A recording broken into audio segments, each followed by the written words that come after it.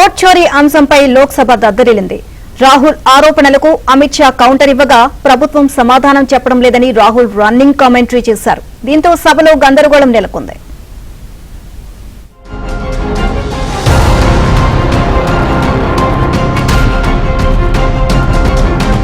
Vote చోరీ అంశంపై లోక్సభలో గందరగోళం నెలకొంది. దేశవ్యాప్తంగా ఓట్ చోరీ జరిగిందంటూ రాహుల్ చేసిన ఆరోపణలకు బుధవారం నాడు కేంద్ర హోంమంత్రి అమిత్ షా కౌంటర్ ఇచ్చారు.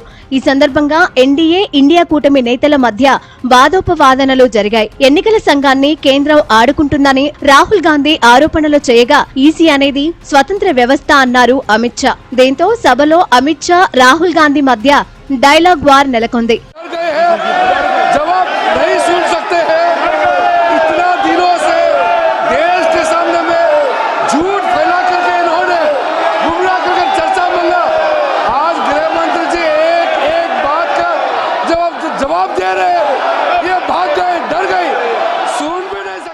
కేంద్ర హోంమంత్రి అమిత్ షాకు లోక్సభలో ప్రతిపక్ష నేత రాహుల్ గాంధీ సవాల్ విసిరారు. ఓట్ చోరీ విషయంలో ఆరోపణలపై సభలో చర్చించేందుకు సిద్ధమా అని ప్రశ్నించారు. హర్యానాలో 19 లక్షల మంది నకిలీ ఓటర్లు ఉన్నారన్నారు. ఈసీకి మొదటిసారి ఇమ్యూనిటీ ఇచ్చారంటూ రాహుల్ ఆగ్రహం వ్యక్తం చేశారు. हरियाणा की जहां इन्होंने बात की, इन्होंने एक उदाहरण लिया, वहां पर अनेक उदाहरण है। 19 वो भी आपने दिया था, इसलिए लिया वो भी 19 लाख वहां पे फेक लोग। ये भी हमें बता दीजिए। Actually let us have a debate on my press conference. Let us go. Let us have very good idea.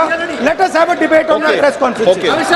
Amit Shah ji, I challenge you to have a debate on the 3 press conferences.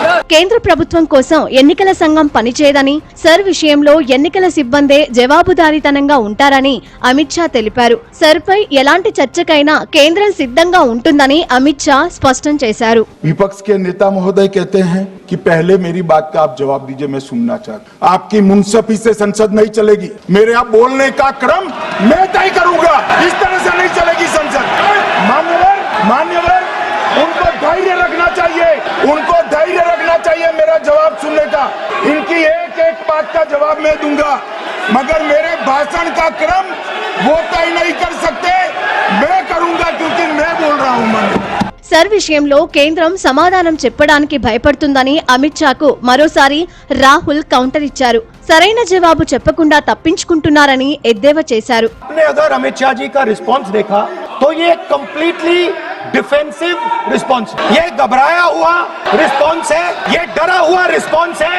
अब सुनिए पूरी बात, please मानिए। No, सच्चा response नहीं है। రాహుల్ వ్యాఖ్యలకు అమిత్ షా ధీటుగా సమాధానం ఇచ్చారు. ప్రధాని విషయంలో నెహ్రూ ఓట్ చోరీ చేశారని, ఇందిరాగాంధీ కూడా ఓట్ చోరీతో గెలిచారంటూ ఆరోపించారు. భారత పౌరురాలు కాకముందే సోనియా ఓటు వేశారన్నారు.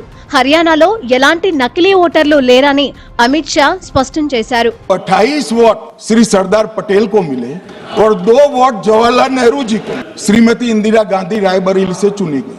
इलाहाबाद हाईकोर्ट में श्री राजनारायण पहुंचे कि चुनाव नियमों के अनुसार नहीं हुआ। इलाहाबाद हाईकोर्ट ने ये तय कर दिया कि श्रीमती गांधी ने उचित तरीके से चुनाव नहीं जीता है, हम इसको रद्द कर दें। मानो चुनाव आयोग को इम्यूनिटी दी, श्रीमती गांधी ने तो अपने आप को इम्यूनिटी दी।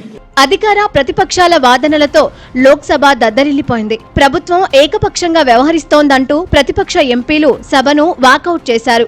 ఆ తర్వాత లోక్సభను గురువారం నాటికి వాయిదా వేశారు.